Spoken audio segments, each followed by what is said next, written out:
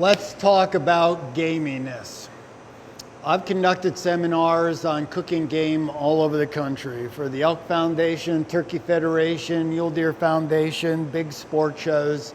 And that's probably one of the number one questions is, how do I get rid of that gaminess? Or a related question is, me and my mom, we've soaked the meat in salt water all our lives, or buttermilk. Or, the only way you're going to make this taste good and not gamey is by soaking it in salt water in a 160 quart cooler for 4 days.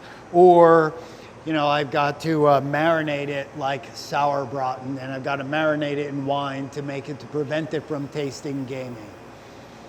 There's too many family members across the country that don't like venison or any member of the deer family. We hunt, we bring the meat home, and we got family members that won't eat it because they think it tastes gamey. So gamey is different than earthy tone flavors. Earthy tone flavors would be a duck versus a chicken, would be venison versus beef, would be a lamb versus beef. So they're earthy tones, but they're not gamey. The gaminess comes from a couple factors. One, you're hunting that 6-point bull elk and he's been screaming and chasing cows for 3 weeks and you can smell him for 300 yards before he ever gets to you and he stinks. That's what you're dealing with. You can smell him. You can literally smell him coming in. They get these tarsal glands up here that stink. They're really, really strong. We want to be careful. They have glands. Antelope have big glands in their neck. You touch those glands and we touch the meat, we're putting that scent right on that meat. And if you want to know what I'm talking about, take a whiff of those glands up here and you'll know exactly what I'm talking about. So that's one thing. We don't need to soak the meat in salted water unless we were going to put it in a brine. So when I get a deer back or I'm hunting where it's warm, I quarter this animal either when I get back to camp or when I'm in the field. Again, in Montana, I cut those elk quarters and I get them right off the carcass and I got to go move them because bears are coming in. So I got to, go put them up there in the shade somewhere. But I got it. I need to clean this meat up, keep it clean, keep it free of dirt and all of those things. But I don't need to soak it in salted water unless I'm going to brine like this leg, or I want to brine a pheasant breast or a turkey breast. And I'm trying to retain moisture by adding a brine to it. Because when you get say a butterball turkey, it's already brined. You buy hams, they're already brined. They're adding moisture. We don't have any fat in this meat, so if we don't add moisture, it's really going to be dry. And the older the animal, the drier and tougher it's going to get. So when you start with a big old bull or a big old buck, he's already chewy. And if he stinks and you get that on the meat, it's going to taste just like he smells. So lots of questions. Do I soak it? No, unless I'm going to brine it, I don't soak it. Unless it's 90 degrees and I'm antelope hunting and I'll skin it and I'll let it cool to air temperature and then I'll take it and I'll either submerge it in salted ice water just to cool it, take it out, pat it dry, and then I'll put it in a cooler on ice. What I'll do is I'll take a perforated pan, put it down, put the meat on the perforated pan, this side up, not this side. Because this side is the meat that's been opened, just like the flesh of a fish when you skin it off the skin or the bones. So this meat we don't want that meat to get wet. This is all right to get wet. We lay this side up, put a piece of wax paper, a piece of bag, whatever it might be, and then cover it with ice. And the ice melts, keeps it cold. The ice melts off the meat and drains out.